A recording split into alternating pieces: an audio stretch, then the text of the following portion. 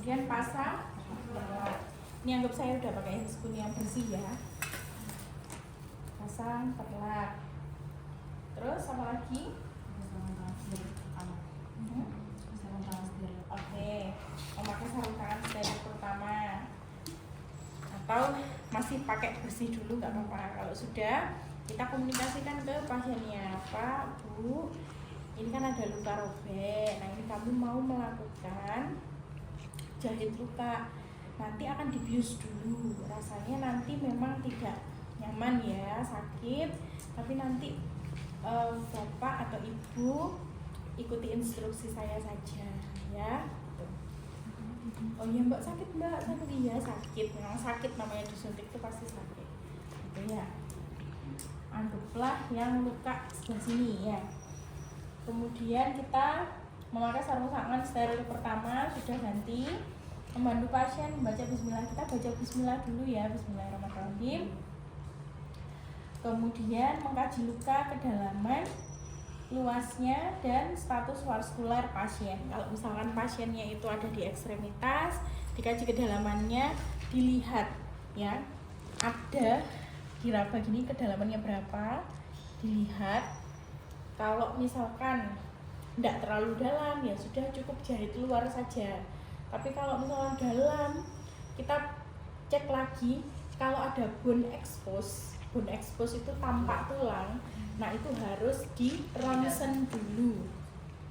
Kalau ada bone expose itu harus di ronsen dulu ya.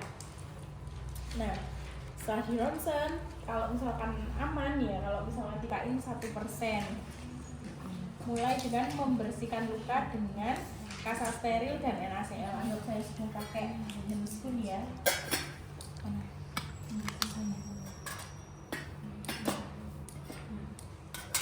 Oke, kasa steril ini dengan apa tadi?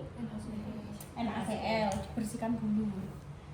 Nah, kalau lukanya jadi ada dua cara. Kita bersihkan di area pinggir-pinggirnya dulu, kemudian kita bius dulu. Biar apa? Biar kalau kita mau membersihkan lebih dalam dengan menggunakan H2O2 dan povidone iodin, pasiennya nggak sakit. Gitu ya. Kalau di sini tulisannya gimana? Nah, membersihkan dulu ya. Pertama pakai NaCl ya. Kalau masih ada yang kotor kan pakai povidone iodin sama hidrol atau H2O2.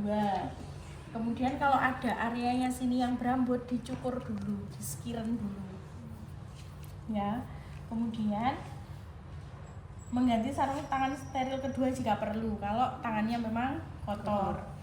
Kemudian didesinfeksi pada area dengan menggunakan povidone iodin secara sirkuler dengan diameter kurang lebih 5 cm dan dibersihkan dengan NaCl. Jadi kalau kita menyuntik itu dibersihkan dulu pakai apa namanya? Ini pakai ini.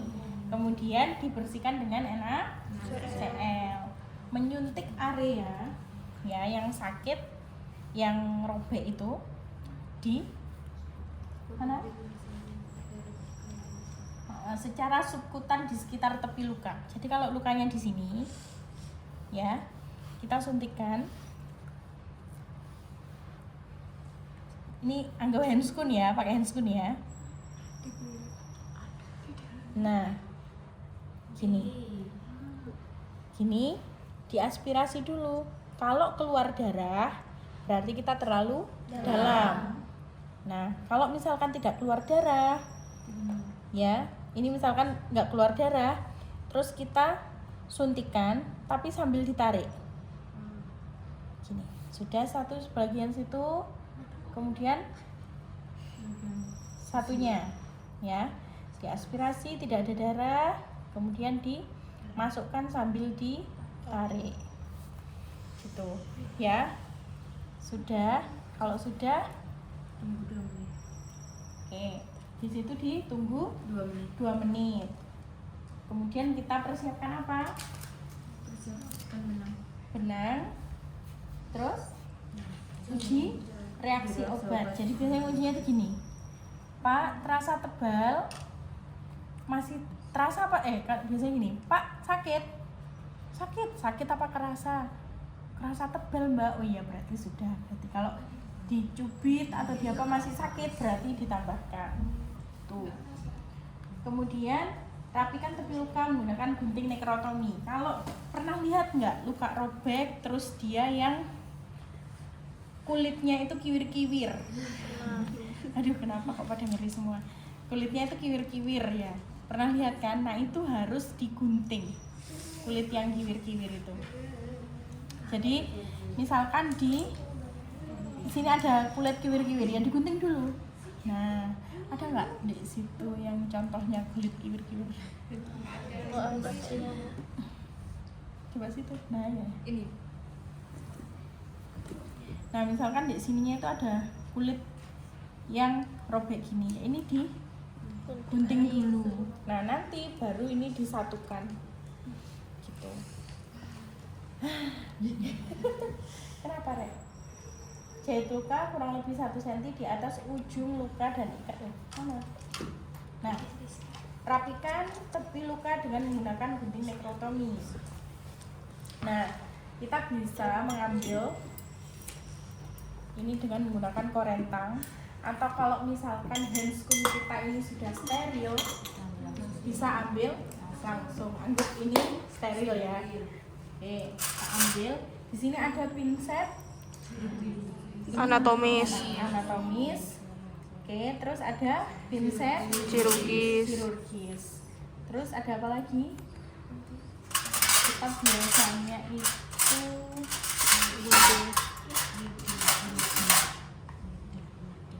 pakai apa ini? Ini klep. Kalau ini yang milky itu yang ini.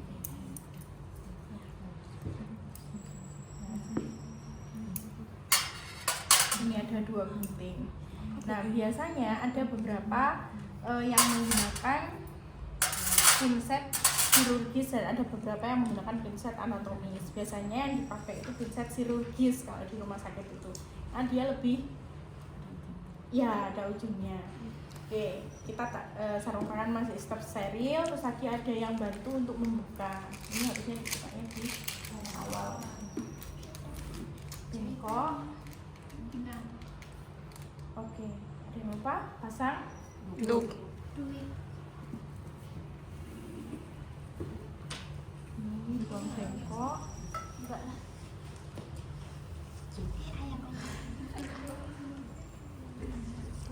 Oke.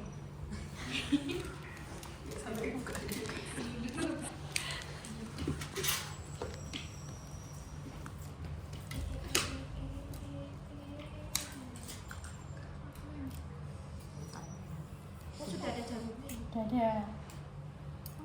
Ini dijepit gini. Ya. Ya kalau ini kan steril ya. Kalau misalkan kurang jepitnya ya diginiin aja. Udah. Iya kan kayak kail pancing. Ya kayak kailnya pancing. Nah terus gimana caranya? Mulai dari ujung. Ada beberapa dokter itu ya, itu dia kalau lukanya itu nggak ada pulpen. Ini Bu. Nggak ada kertasnya. Gini. Oke, ini kalau lukanya itu gini ya, ini bolong misalkan nggak ada kulitnya ya, ini kulit mati yang nekrotomi tadi yang dibuang tadi. Nah ini nyembung gitu, tahu kan luka nyembungnya? Itu namanya skin loss, jadi kulitnya hilang.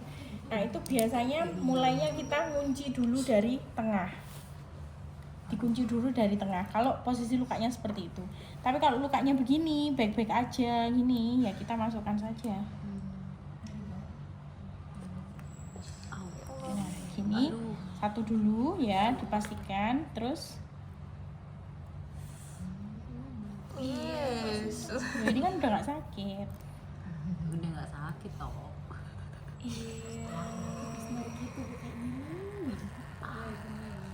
Ada suaranya lagi.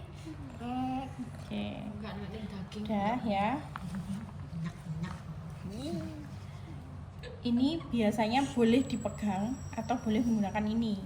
Tapi kalau kita biasanya itu sukanya megang ini. Kan steril kan tangannya ya, steril. Dan harus ada satu asisten. Gini kan. Sorry.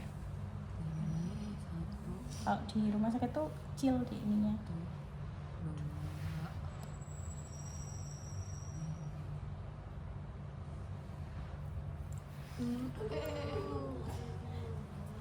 Kayaknya kita osteo bakal lama. Terus aku nggak ada sini kayaknya. Alhamdulillah. Ada apa enggak? Nah, gini, terus puter lagi 2 kali. Oke, gini. Oke, terus Gitu aja. asisten Gunting. gunting. Gak apa-apa. Asisten. Yang itu.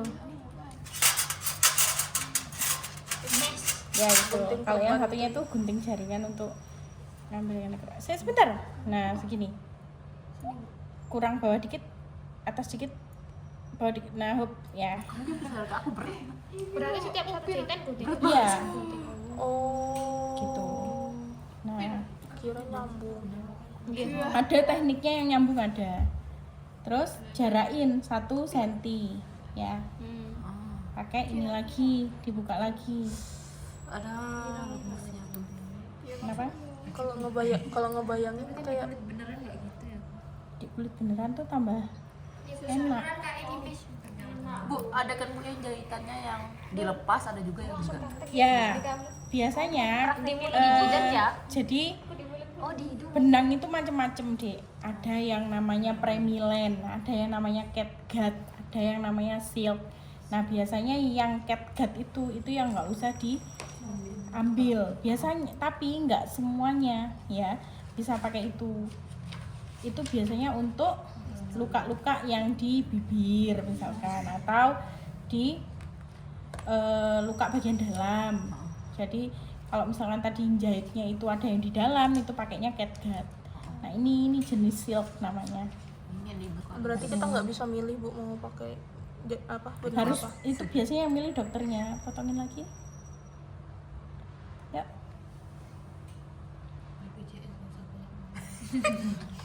Nggak apa-apa dah. Kenapa? Maaf enggak pernah. BPJS nggak usah banyak mau katanya Bu. Ya. Ya itu.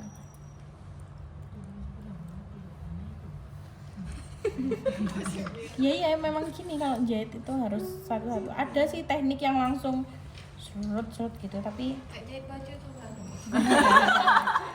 harusnya ya. Nah, terus kalau kita ya ini kan di sebelah kanan semua. Nah nanti sampai seterusnya ya kayak gitu. Kuncinya di sebelah kanan biar rapi. Semuanya jejak. Nuri. Baik. Seperti praktek ya. 2 baru digituin. Nah kayak gini. Oke. Terus 2 kali. Ambil Sambil dicek. Nah kayak gini kalau pada luka beneran, pada kulit betulan ya, itu biasanya perdarahannya itu masih banyak. Nah kalau perdarahannya masih banyak, si asisten ini dia yang ngedep. Jadi ini pakai kasa basahnya pakai NaCl.